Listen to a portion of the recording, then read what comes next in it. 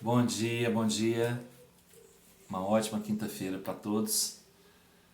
Agradecendo a todos por estarem aqui comigo mais um dia, né? E é o nosso compromisso diário, nossa leitura do Evangelho segundo o Espiritismo e do Livro dos Espíritos, nossos grãozinhos no caminho, que hoje trazem para a gente o capítulo 17 do Evangelho, Sede perfeitos, os superiores e os inferiores. A autoridade, da mesma forma que a fortuna, é uma delegação da qual serão pedidas contas àquele que dela se acha investido. Não creiais que ela lhe seja dada para lhe proporcionar o vão prazer de comandar, desculpem, nem assim como creem falsamente a maioria dos poderosos da terra como um direito, uma propriedade. Deus, entretanto, lhes prova suficientemente que não é nenhum nem outra coisa, uma vez que lhes retira quando isso lhe apraz. Se fosse um privilégio ligado à sua pessoa, ela seria inalienável. Ninguém pode, pois, dizer que uma coisa lhe pertence quando lhe pode ser tirada sem seu consentimento. Deus dá autoridade a título de missão ou de prova quando isso lhe convém e a retira da mesma forma. Todo aquele que é depositário da autoridade, de qualquer extensão que ela seja, desde o Senhor sobre o seu servo até o soberano sobre o seu povo, não deve se dissimular que tem encargo de almas.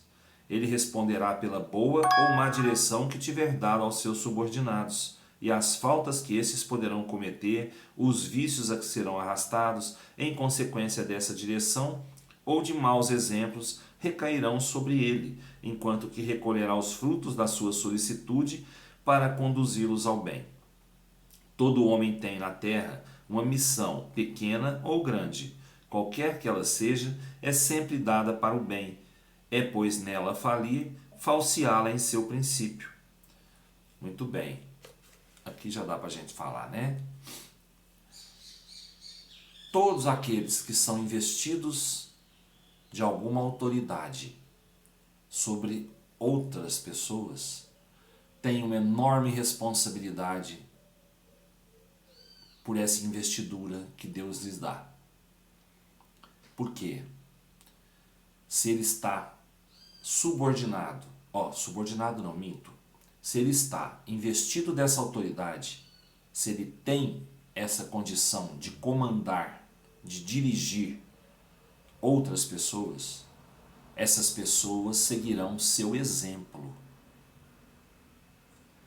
Essas pessoas estarão momentaneamente sendo dirigidas por alguém a quem Deus permitiu que viesse ter essa autoridade.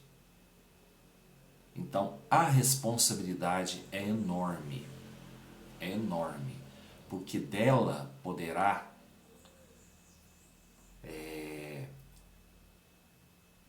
ser responsabilizado caso essas pessoas subordinadas a ele momentaneamente, eu digo momentaneamente porque é uma passagem, né? É uma passagem na vida dessa pessoa, desse espírito.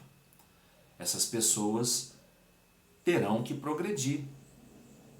E disso, essa progressão vai depender da pessoa que está comandando, daquele que está investido do poder.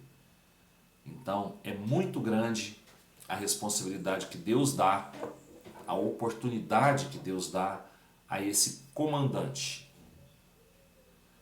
É muito sério. Isso pode ser uma missão a que o Espírito veio para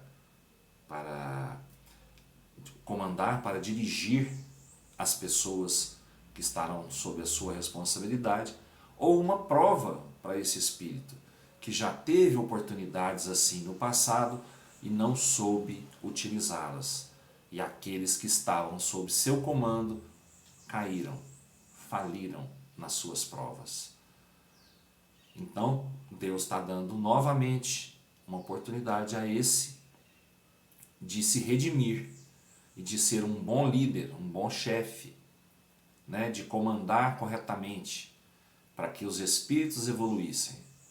Então a responsabilidade que nós temos como comandantes, quando nós estamos investidos desse poder, ela é enorme e nós seremos cobrados por ela. E isso pode ser retirado a qualquer momento. Se Deus vê que sob o comando, a direção dessa pessoa, a possibilidade desse espírito cair, né, desse espírito não progredir, Deus pode chegar e retirar essa autoridade da pessoa, ele perder esse cargo que ele tem, né? E isso já é uma cobrança divina, porque ele está vendo que aquele que foi investido de poder não tem condições para isso. Faliu antes de começar, ou faliu durante o trabalho. A responsabilidade é enorme. Todos nós temos que ter cuidado com aqueles que a gente está comandando. Nós temos primeiramente que dar exemplo. Nós temos primeiramente que conhecer aquilo que nós estamos fazendo, para poder cobrar, para poder exigir, para poder orientar esses espíritos que estão sob o comando. Tá certo? E isso começa onde, pessoal? Onde começa? Na família, com nossos filhos, nossos netos, as pessoas que dependem da gente. Essa investidura familiar, ela não tem jeito. Essa nós temos que cumprir corretamente e ser exemplo para nossos herdeiros, né? Nossos filhos, nossos netos. E para aqueles a quem nós estamos momentaneamente superiores. A responsabilidade é grande. E nós seremos cobrados por isso, com certeza. A questão hoje do Livro dos Espíritos, no capítulo 3, Retorno da Vida Corpórea à Vida Espiritual, é a questão 154, falando sobre a separação da alma e do corpo. A separação da alma e do corpo é dolorosa? Não. O corpo sofre frequentemente mais durante a vida que no momento da morte. Neste, a alma não toma parte. Os sofrimentos que experimenta algumas vezes no momento da morte são um prazer para o espírito que vê chegar o fim do seu exílio. Na morte natural, que chega por esgotamento dos órgãos em consequência da idade, o homem deixa a vida sem o perceber. É uma lâmpada que se apaga por falta de alimentação. Então está respondida a pergunta, né? A morte não dói. Não dói, a separação. Espírito, corpo, não dói. O corpo sofre mais durante a vida inteira do que durante a morte, no momento da morte. Se nós temos uma morte dolorosa, essa morte dolorosa ela é física e é rápida. O desligamento é rápido. O corpo fica, a alma vai. E nesse momento dessa separação não existe dor. Então não dói morrer. Dói a vida. Hoje é o que eu tinha para falar para vocês. É o que a espiritualidade trouxe para a gente, né? Então vamos lá. Vamos aproveitar bastante nosso dia. Vamos aproveitar bastante nossa vida. Vamos fazer sempre o melhor da gente para que a gente possa passar mais tranquilamente por essa vida sem dores, né? Grande abraço a todos. Até amanhã, se Deus quiser. E eu tenho certeza que Ele quer. Beijo no coração, pessoal. Fiquem com Deus.